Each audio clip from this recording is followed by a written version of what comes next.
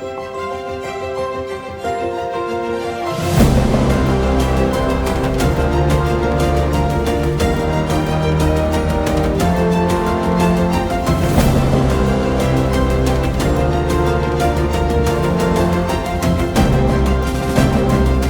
long chemin vers Dieu, partie 1.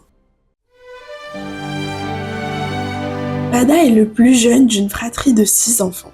Il vivait dans la campagne thaïlandaise et sa famille suivait la religion traditionnelle du pays. Lorsque son frère aîné, Morja, est devenu adventiste, toute la famille a été surprise, mais ils ont accepté. Morja était déjà marié, avait 3 enfants et aidait financièrement sa mère à subvenir aux besoins de ses autres frères et sœurs.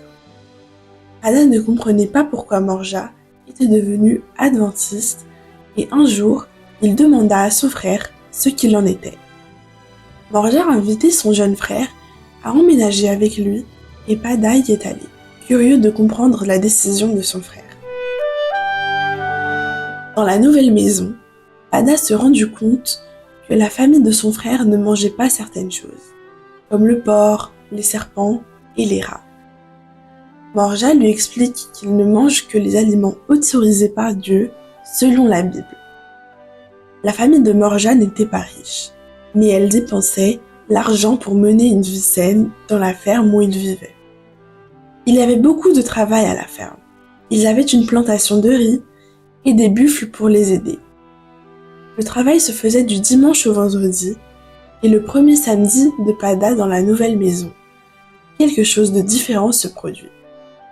Morja a réveillé son frère Pada à 5 heures du matin pour aller à l'église. Pada était fatigué et il voulait juste dormir. Mais Pada a respecté son frère et a décidé d'aller à l'église pour savoir pourquoi son frère était devenu adventiste. Et l'église adventiste la plus proche se trouvait à 13 km et la famille a fait le trajet à pied. Ils ont marché pendant 3 heures à travers les montagnes, les rizières et les ruisseaux jusqu'à ce qu'ils arrivent à l'église. Mais Pada a apprécié le service. Cependant, le samedi suivant, il n'a pas aimé être à nouveau réveillé tôt. Samedi prochain, nous découvrirons comment Pada a décidé de suivre l'exemple de son frère et de devenir adventiste. Ce trimestre, nos offrandes de missionnaires aideront à propager l'évangile dans le Pacifique Sud asiatique. Donnons avec joie.